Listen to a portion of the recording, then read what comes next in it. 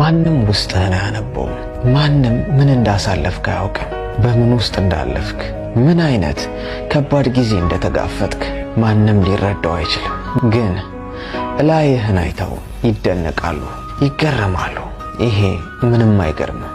በምን ውስጥ እንዳለፍክና ምን እንዳሳለፍክ ካንተና ከፈጣሪህ በቀር ማንም ሰው ሊያውቅ አይችልም። ስለዚህ ሕይወትን የምታውቀው አንተ ነህና ሰዎች አንተ ላይ ባላቸው አመለካከት ብዙ አትደነቅ።